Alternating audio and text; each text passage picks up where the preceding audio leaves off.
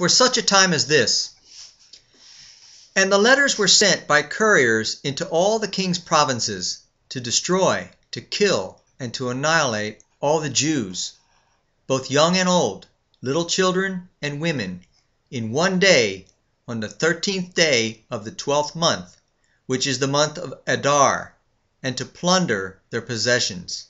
Esther 3:13.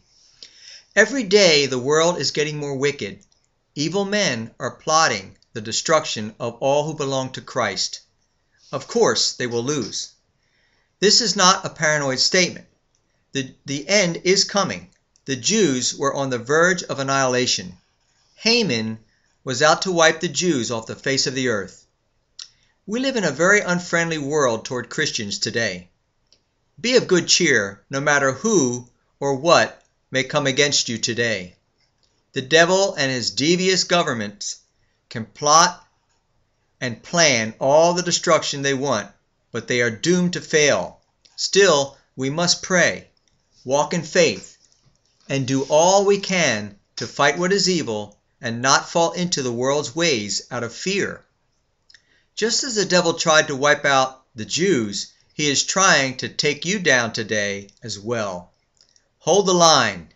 Stay with Christ. Remember Esther, Mordecai, and the faithful remnant that was preserved because they obeyed. Mordecai's compelling words reminded Esther that she had to make a move for God, or else he would choose another way to preserve his remnant. The same applies for you and me.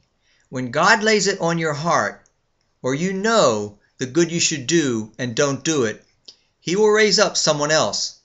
Imagine what would have happened to Esther and the Jews if she did not risk her life in coming before the king to make her appeal. Time is running out. What will you do when you are confronted with a situation that compels you to act in obedience to God? Will you risk your life? Esther did, and the result was God's victory. For if you remain completely silent at this time, relief and deliverance will arise for the Jews from another place. But you and your father's house will perish. Yet who knows whether you have come to the kingdom for such a time as this. That's Esther 4:14. So they hanged Haman on the gallows that he had prepared for Mordecai. Then the king's wrath subsided. Esther 7:10.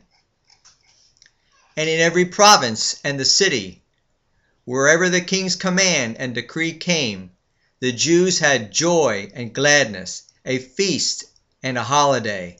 Then many of the people of the land became Jews, because fear of the Jews fell upon them. Esther 8:17.